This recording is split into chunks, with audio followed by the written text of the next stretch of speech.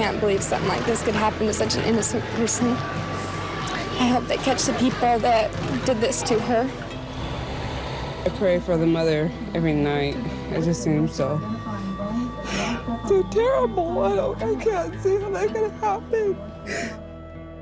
In these tough times when there's nothing to do, you can't do anything. You know, you want to do something, but Mandy's dead. You can't do anything about that. So what do you do? They had the memorial service in our school auditorium. No church within miles is large enough for all the people, more than 1,000 of them, who want to say goodbye to Mandy Stavik. Well, you couldn't believe how many people were there. Today we've come together to share the deep sorrow that has gripped our hearts. I think it was like standing room only. A classmate of mine, Pete Stewart, and I wrote a Mandy song for her memorial. The words that we wrote were true then and they're still true now. Can't believe evil's taken innocence away. Can't believe evil's taken innocence away. Evil did take Mandy's innocence away, but I also feel like it took away the innocence of our community.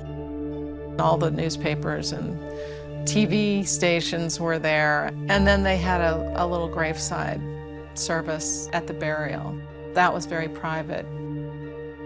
She's buried in the cemetery right up the street from my house. There was a photo of Rick Zender. He's standing at the gravesite holding a teddy bear. It's the teddy bear I got her, which is kind of sounds silly, but I think she,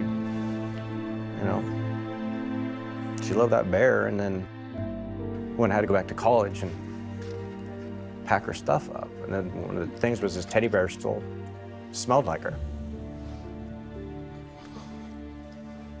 But it faded.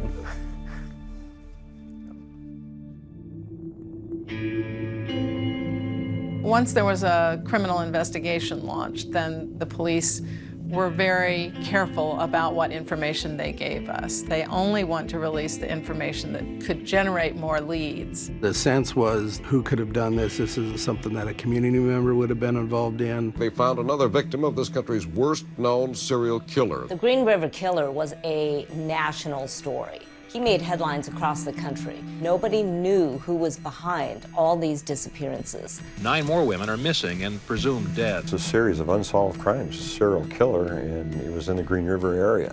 He was in Seattle. It was just a huge number of victims there. He would go out and look for women, and he would kill them and then bury them in the area of the Green River. All the victims appear to be white females, ranging in age from their late teens to mid-30s. Could Mandy have been one of the Green River Killer's victims? Her age was right, her looks were right. It was like, oh, a Green River killer, come up here. It would be easy to make that leap of, could this be another serial killer in the area? Certainly the officers talked about that and they thought about that. There was a giant task force in our investigators when Mandy happened, and we were coming up short. With nothing solid we could go on. They took all the documentation and went and met with the Green River Task Force.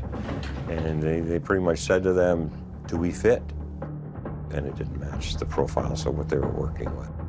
Mary continued to put herself out in the public eye. Please welcome Mary Stavik. To keep interest in the case so that there would be a better chance of finding the person who did it. It was important for Mary and for us to make sure that her story was still out there because we didn't have any answers. We didn't have any leads. Why come here? Why talk about it again? Well, I guess because I'm hoping that somebody who's out there listening will remember something that will help the law enforcement people find the person who killed my daughter. The tip line was set up after Mandy was found. Crime Stoppers will pay up to $1,000 for information that leads to an arrest and charge. The tips were coming in faster than the department could handle. They were numerous. I mean, daily, hundreds of tips. And we ran every single one of them down. It was massive. They had an FBI profile that projected it would be someone in the community. Paul Malik was an early person of interest for several reasons. First of all, he was a neighbor of the Staviks. He lived very close by. Also, he was one of the last people to see Mandy alive. He indicated to law enforcement that he had seen Mandy and he had seen a car drive by. As he was backing out of his driveway, he saw Mandy jogging by. He also said that he saw a dark pickup truck, but he couldn't give any details, like what make was it, what model was it, who exactly was driving it. He tended to maybe act like he was inserting himself into the investigation, which is sometimes a red flag for investigators. Are they looking for information and fishing, or are they trying to help you solve this? You know, what's their motivation? He was interviewed several times by our agency. They asked him to do a DNA sample, which he initially refused. So they went and got a court order and forced him to do it. I worked with the detectives. We got a search warrant for his blood, and we excluded him. Time and time again, they would have a person of interest. They would question that person, but something would rule them out. They had a good alibi, or ultimately, their DNA did not match. This case dragged on.